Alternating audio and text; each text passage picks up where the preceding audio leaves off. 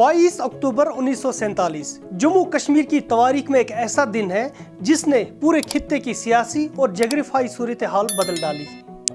इस दिन पाकिस्तान से पश्तूनों का एक बहुत बड़ा लश्कर कश्मीर की तरफ रवाना हुआ।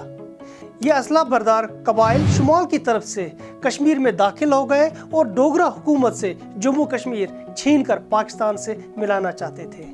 कश्मीर में इसे आम लोग कबाइल रेड के तौर पर जानते हैं और तारीख दानों ने इसे ट्राइबल वार के तौर पर किताबों में जगह दी है। इस तारीखी खूनरेज जंग के बारे में आप किताबों से कसीर मकदार में मवाद हासिल कर सकते हैं और मुझे इस प्रोग्राम में इस जंग के बारे में बताने की ज़्यादा ज़रूरत भी नहीं है। लेकिन अब इस जंग के ठीक 74 साल बाद तारीख ने एक नया मोड़ लिया और इस जंग में जिन कश्मीरियों ने कबाइलों के खिलाफ अपना किरदार निभाया, इनकी बहादुरी की कहानियां मुस्तकबिल में जम्मू कश्मीर का हर बच्चा जान सकेगा। लेफ्टिनेंट गवर्नर मनोज सिन्हा ने कल यानी 27 तारीख को एक प्रोग्राम के दौरान अफसोस का इजहार किया कि जिन लोगों ने कश्मीर को पाकिस्तान के कब्जे से बचाया, आज तक इनको हीरोज के तौर पर पेश क्यों नहीं किया गया। मनोज सिन्हा के मुताबिक हमलावर कबाइल नहीं थे बल्कि पाकिस्तान की फौज थी और मोहम्मद मकबूल जैसे लोगों ने इनका मुकाबला डट कर किया और कश्मीर को पाकिस्तान के कब्जे से बचा लिया। मनोज सिन्हा की तकरीर के मुताबिक 1947 जंग के मुतालिक तारीख दानों ने गलत लिखा है, क्योंकि हर लिखी गई किताब में ये कहा गया है कि कश्मीर पर हमला कबाइलों ने किया, जिसका साथ उस वक्त पाकिस्तान की फौज दे रही थी। लेकिन मनोज सिन्हा कहते हैं कि इन्होंने जो दस्तावेज़ात पढ़े, इनके मुताबिक जंग में शामिल पाकिस्तान की फौज थी, न कि कबाइल। कई बार लोग कहते हैं कि साहब जम्मू कश्मीर पर कबाइली हमला हुआ था।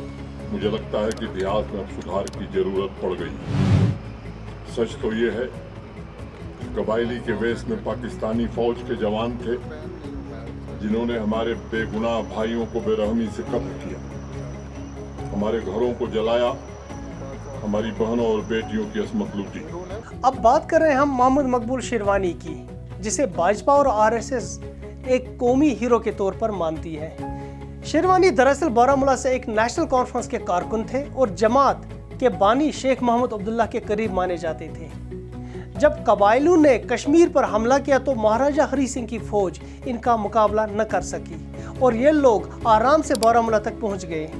दूसरी जानिब शेख मोहम्मद अब्दुल्ला भी किसी तरह से पाकिस्तान से इलाहा के खिलाफ थे और जम्मू कश्मीर के वजीर आजम बनना चाहते थे।